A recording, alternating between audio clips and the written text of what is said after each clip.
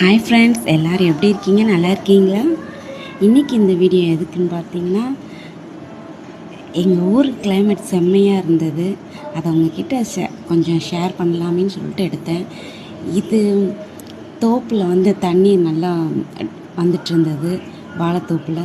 அதையும் பார்த்துட்டு இருந்தேன். நான் சரி அதையும் ஒரு குட்டி கிளிப்பாக எடுத்து உங்ககிட்ட ஷேர் பண்ணலாமேன்ட்டு எடுத்துகிட்டு இருந்தேன். எப்படி இருக்குன்னு சொல்லுங்கள், ஓகேவா?